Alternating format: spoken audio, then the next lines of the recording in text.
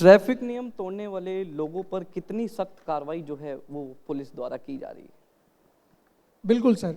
तो सर इसमें क्या करते हैं हम कि जैसे ट्रैफिक रूल्स जो फॉलो नहीं कर रहे हैं उनके लिए चालान कर रहे हैं हम। और पहले ये होता था कि बहुत सारे लोग हैं जो कि चालान होते जा रहे हैं, उनको उनको या तो पता ही नहीं चल रहा था कि उनके चालान हो रहे हैं, या फिर चालान होने के बावजूद वो उस चालान की जो फाइन की राशि है वो जमा नहीं कर रहे थे।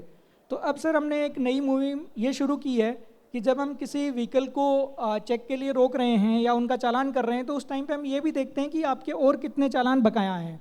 और अगर वो व्यक्ति ने कुछ इतने चालान हमने कि भाई आपने चालान पे नहीं कर रखे हैं, आपके 3 से ज़्यादा चालान हैं, आपने पे नहीं कर रखे हैं पिछले 90 दिन में, तो फिर हम उस व्हीकल को टेम्परेरी रूप से थोड़ी देर के लिए डिटेन कर रहे हैं कि आपको हम समय दे रहे हैं, आप प्लीज़ जाके चालान करिए, अपना पे करिए चालान, और उसके बाद में हम आपका व्हीकल छोड़ेंगे।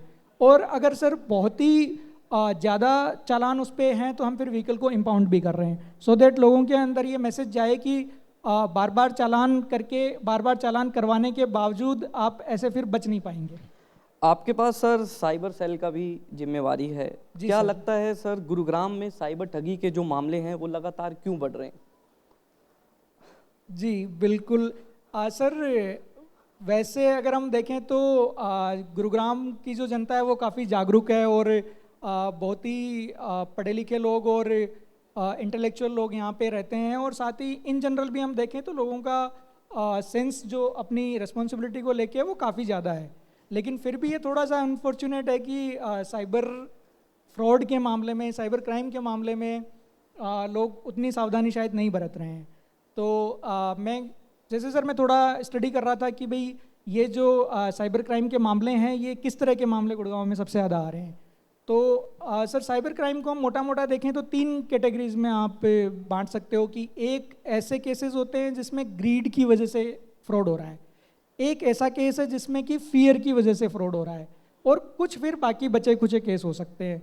जैसे ग्रीड की वजह से अगर मैं आपको एग्जांपल दूं तो ग्रीड की वजह से जो फ्रॉड होते हैं वो वैसे वाले होते हैं कि भाई 20 दिन में आपका पैसा दुगुना हो जाएगा, 40 दिन में 4 गुना कर देंगे, तो आदमी थोड़ा लालच में आ जाता है।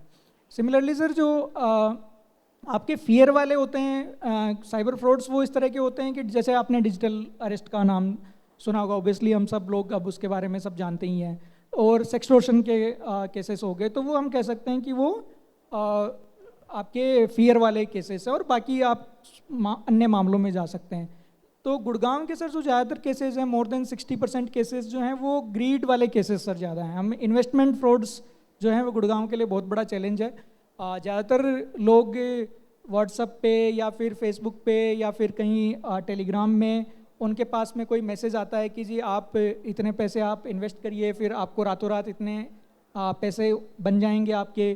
कुछ फर्जी ऐप्स हैं सर जिसमें कि ज़्यादातर वो मतलब उसका रियल इन्वेस्टमेंट से कोई लेना देना नहीं होता है, वो सिर्फ बस आपको ऐप में दिखाते रहते हैं कि आपका पैसा इतना गुना बढ़ गया, इतना गुना बढ़ गया, तो व्यक्ति लालच में आके फिर और ज़्यादा इन्वेस्ट कर देता है। तो गुरुग्राम का जो फ्रॉड है सर साइबर को लेके, वो इन्वेस्टमेंट फ्रॉड जो है वो हाईएस्ट कैटेगरी का फ्रॉड है सर, जो हमारे लिए भी एक बहुत बड़ा चैलेंज है सर।